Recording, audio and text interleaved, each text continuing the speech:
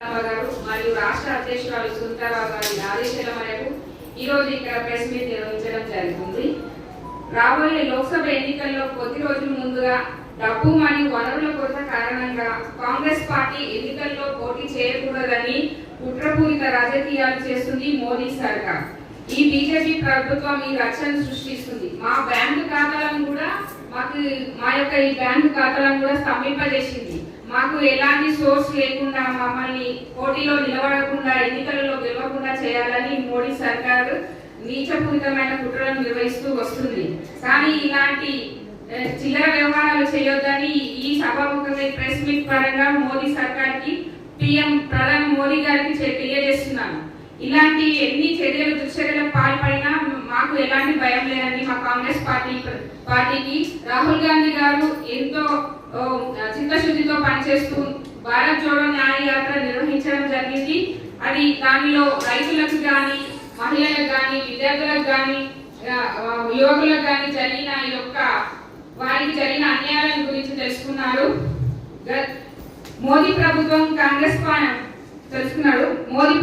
కాంగ్రెస్ పార్టీని ఫైనాన్షియల్ గా దెబ్బతీయాలని చూస్తుంది.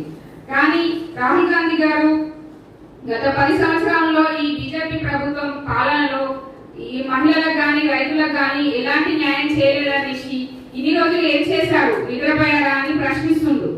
ఇప్పుడు ఎన్నికల ముందు వచ్చి ఈ బీజేపీ ప్రభుత్వం ప్రజలకు హామీల పేరుతో మరియు మభ్య పేరుతో మతం పేరు మీద రాజకీయాన్ని చేసి గెలవాలని అనుకుంటుంది.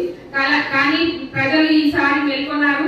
వారిని ఎవరు కూడా ఈసారి నమ్మరు. ఎందుకంటే ఇంతకుముందు గత 10 సంవత్సరాల పరిపాలనలో బీజేపీ ప్రభుత్వం ప్రజల సామాన్యం నడ్డి విరుస్తూ వచ్చింది. పిల్లలు చదువుకునే పుస్తకాల పైన కానీ, మన నిత్యావసరం సరుకుల పైన కానీ ఎలాంటి జిఎస్టీ వేస్తూ ప్రజలను నడ్డి విరుస్తూ వస్తుందో ప్రజలందరికీ కూడా తెలుసు. వారు బీజేపీ ప్రభుత్వం ఎక్కడైతే పరిపాలిస్తుందో ఆ ప్రాంతాలలో మహిళలకు రక్షణ లేకుండా పోయింది. అలాంటి బీజేపీ ప్రభుత్వాన్ని, మోడీ గారిని ఇకపై ప్రజలు నమ్మరని తెలియజేస్తున్నాను. ఎక్కడ రాహుల్ గాంధీ గారు ప్రధానమంత్రి సీట్లో గెలిచి కూర్చుంటారో అని భయం పుట్టుకుంది. కాబట్టి ఇలాంటి దుశ్చర్యలకు పాల్పడుతున్నారు. కాంగ్రెస్ ప్రభుత్వం గత 70 ఏళ్ల పరిపాలనలో 588 కోట్లు బ్యాంక్ బ్యాలెన్స్ ఉంటే గత 10 సంవత్సరాల బీజేపీ పాలనలో వారి బ్యాంక్ బ్యాలెన్స్ 6,926 కోట్లు ఎలక్ట్రానిక్ బాండ్స్ రూపంలో వాళ్ళ పార్టీకి ఫండ్స్ రూపంగా బెనిఫిట్ చేసుకున్నారు. ఈ బీజేపీ ఇలాంటి ఎన్ని ఆటంకాలను సృష్టించినా భయపడేది లేదు. ఈ కాంగ్రెస్ పార్టీ భయపడదు. రాబోయే కాలంలో జరిగే కాంగ్రెస్ పార్టీ ఎన్నికల్లో కాంగ్రెస్ పార్టీ ఖచ్చితంగా అధికారంలోకి వస్తుంది. అధికారంలోకి వచ్చాక మొట్టమొదటిగా రైతులకు ఎంఎస్పి ద్వారా కనీస మద్దతు ధరను అమలు పరుస్తూ, అలాగే ప్రతి జిల్లాలో సావిత్రిబాయి పూలే హాస్టళ్లను నిర్మిస్తుంది. అంగన్వాడీ ఆశా వర్గాలకు జీతాలను పెంచుతుంది. యువకులకు ఉద్యోగాలను ఇస్తుంది. మహాలక్ష్మి పథకం కింద ₹1,00,000 ప్రతి ఒక్క మహిళకు ఇస్తుంది. ఉద్యోగాలలో పురుషులతో సమానంగా మహిళలకు కూడా సమాన అవకాశాన్ని కల్పిస్తుంది. ప్రతి పంచాయతీలో ఒక మైత్రి ఏజెంట్ ను నియమిస్తుంది.